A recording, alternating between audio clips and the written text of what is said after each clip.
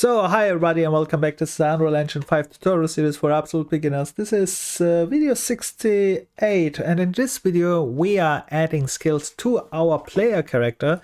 And what I mean with that is, you can see we have here our life, attack, and I want here add skills. Actually I will add only 3 skills, and these skills will be again only buttons like this attack buttons. And let's get started. How we do this? First of all, we find our player widget. So we open up our deck and go to the player widget. I already have this. You find your player widget. And then in this widget, you are just adding again buttons. For example, like this one. Of course, there are better ways to do this one. You can make it more stylish, and in different ways you can watch more at once the videos, but in this video demonstration I just want to show you a very fast, easy, basic adding skill. So let's do this. So I have here my button, and I go here to the hierarchy and rename this to BTN, and I don't know which skill this is, that's why I call it just skill 1. And after this one I go to the details panel on the right side. Here on top it says anchor, and I anchor it to the right corner on the bottom. And I click this and you can see. And this one is already my first skill. And of course I want 3. So what I do, the same process again. Or the easier way is to just select one of them and right click. And then you see this duplicate. And then we have here another, and rename this to skill 2, and again I duplicate this, right click and duplicate, and I rename this to, with F2 you can rename it, or you just click rename with the right click again, and then we have button skill 3. So of course we have to arrange this a little bit, so which means it should be arranged. So select this one, this is my 3. I can see this here which is selected, so when I click on it, the one which is selected pops up here. So, and this is my 2. And then you can adjust it how you like it and think it's okay. In my case, I don't make it perfect, but of course you should make it perfect. And this to adjust with the eyes can be hard sometimes. And for that purpose, you can use, of course, in the details panel, this options here on top. You have here position X, position Y, and so on. And then you can calculate the optimal positions and so on.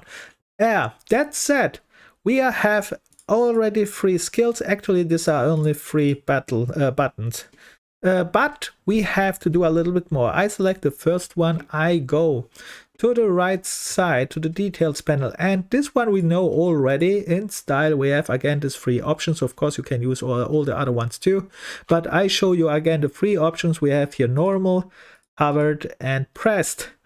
And it's the same like this attack button here, which we already discussed. But what you have to do here is a little bit more important, but I'm not going to do it because I have not a reference image, is you should find here an image for the skill. Why is this here important? Because the player, when he is playing the game, he won't not read anything. He won't just see a skill symbol which he recognizes very fast while he's fighting, for example, and then click on it, right? For example, this one is just drinking a potion, then it should be a potion on it, so he knows, okay, when I click on this one, it's drinking a potion. And here he is activating speed or something like that, then it should be symbolized a speed symbol, so a picture. A picture is very important here, but in my case I don't have.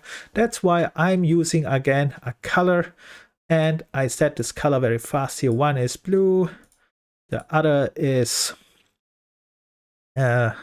anything like red, similar like a red, and this one is similar like a green or something like that. So now I have here 3 skills. And of course you should do this with hovered and press 2, because if not, then it will be select this default color here, and this is all time this gray white color, or what is that. So with that said, we finished almost our designer tab, because this one is that what we see. We have to code it. We can check it on the screen how it looks. Yes. Okay, now we have it, we can click, and you see I have not set up hovered and press. That's why it is going to this other default value, which you should set up as well. So we continue. We have set up the buttons, but we have to assign them now skills. And there are different ways, of course, we can design them. Skills, we can spawn emitters or activate animations, or many ways actually. And in this video I want just spawn an emitter because it's one of the easiest way and to demonstrate how to use it. So let's get into it. What we have to do, first of all, we select again our button because we have now make a connection to our coding, and the way to do is when we scroll down here on the bottom, we find this events, and events means when you click on this button in the play, when you are playing and click on this button, I will connect this button to our coding, right, to the coding section, which we are going to do. Let's click on clicked, for example, and you will see now we switched here on top, on the right top, you can see this is designer. Now we switch to the graph, and now we can say what happens when we click on this. And like I said, I want spawn an emitter here, and emitter means this particle systems, and let's write here spawn emitter. And when you write this, you see you have here two options: spawn emitter at location or spawn emitter attach. In this case I will use the attach because the location means you want to spawn it on a fixed location which is not movable. In my case, I want it attached to the character because the character, and it depends on the skill. Sometimes you don't want it attached to the character. But in this case, I make a, I simulate a speed skill. That's why I say, okay, let's attach to the character, and this means this emitter will follow your character more or less. But before we can go on, we have to select here our emitter, and let's say you have nothing downloaded and created. That's why I'm going to use the standard starter pack emitters. And careful, this starter pack emitters, which in the starter content, which you found here in particle, they are the old system. What I mean with the old system, when you click one of them, I will use this P sparks here, for example, double click on it, and you see the old system is this cascade system, right? And the UE5 and from now on they will use Niagara system, right? The new system, the new particle system. But the good thing is we can use it because it is backwards compatible. You can use it backwards, which means you can use older systems as well. And that's why, of course, if you have the new system, the Niagara system, use this if you have particles. If not, no problem. I continue here with this one because I know this one will have everybody. And then let's go back and assign this here. And when I click here down, I can see here all emitters available, and you see the list is absolute long, and sometimes to find the right one you have to know the name. And if you don't know the name like me, what you can do is all time use the same and old trick. You go to your emitter, you say I'm interested in this one, for example, just select it. You can remember the name, or easier, just select it. Now it's selected. Now go back to your emitter and use this back arrow, and it is assigned automatically there, and we have it. So now what we have to do is also attach this to the component here, this attach to component. And in my case, I want to attach this one, this emitter, to my character, right? And how we are going to do this all time the same way. We need our reference. Our reference means we are here in the blueprint, so we need an access to our character, in my case to this character. And how we make this a reference here on top, I already have one in event construct. You do this kind of stuff almost all time. Get player character, this node. Then from this node you say cast to your player character. In my case it's the Infinity Warrior.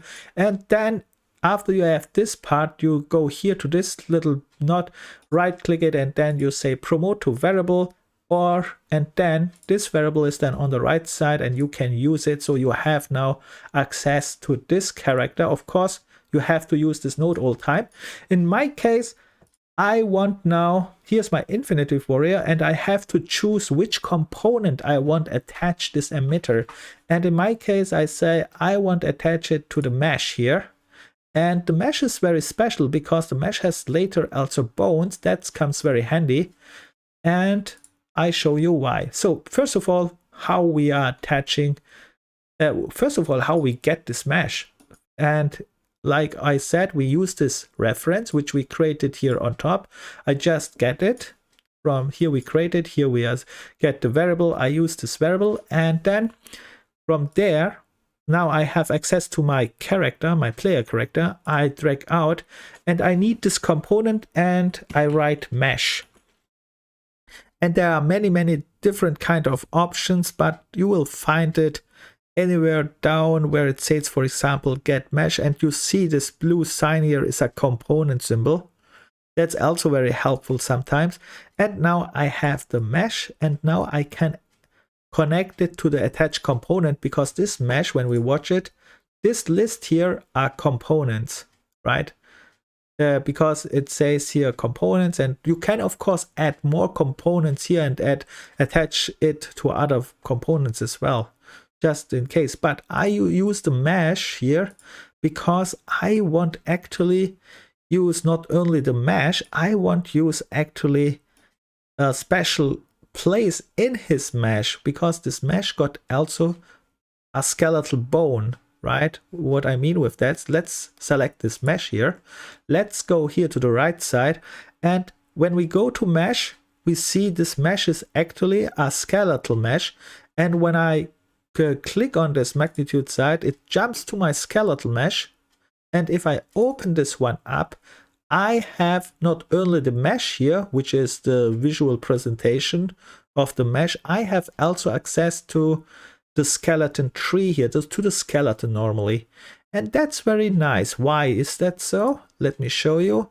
Because on the next note here, it says this is optional, so you don't have to use that one. But if you have a skeletal mesh, you can provide here an additional name. For example, I want that, for example, not the pelvis in my case. I want, for example, if I select now the pelvis, it would spawn here. But in my case, I want make a simulation of speed. And I say I need this bone here on the bottom. And the bottom here is actually not the pelvis. It is the root. Anyhow, I think it's the root. Yes. When I click the root, you see the root is here on the bottom. And this bone I want that it spawns here. And this one you can specify now very easy here with this root word, because this one needs additional information to this mesh here, what you have attached here. But you don't have to use that. If you don't use, for example, this root, you still can use this location here and this location rotation scale to adjust it also. This is also possible, but here you have find the position manually, which means you have check, start and check where it is, drag it on top, on bottom, or something like that. In my case, I just use here root. It's very simple. I compile, I save, and actually this is the first part. We are finished. We can already test this. So I go here, I start my game, and I click this one away. And let's see. When I click on this one, you see this the particle effect is spawned exactly where I want it on my feeds. And now when I run, you see this later is my just symbols, for example, a speed effect. Normal without this one is normal, and if I click now, I'm faster. But actually, here's a problem. This effect is here. First problem is it is all time active, so we have decide when it's active and how long you have the skill available. And the next problem is my speed is not faster. I'm still at the same speed. And this kind of stuff will follow in the next video. So we have find a way, we have to continue with this coding here to activate, set the speed higher. It's very easy actually, and to make a coding to activate, or let's say set a timer how long this particle system should active and should be influence your speed. So all this kind of stuff comes next. And before I stop, of course, we have here the other buttons too, but feel free to do what you like. You can create your other emitters, attack skills, and most time it will follow this one, not all time, because I said this one is only one way. Of course, you can spawn animations or do much more. There are many ways how you can use skills, but this one is only one way. And I will continue now with this one in the next video. And like all time, if you have any questions, ask in the comments. And if not, see you in the next. Bye.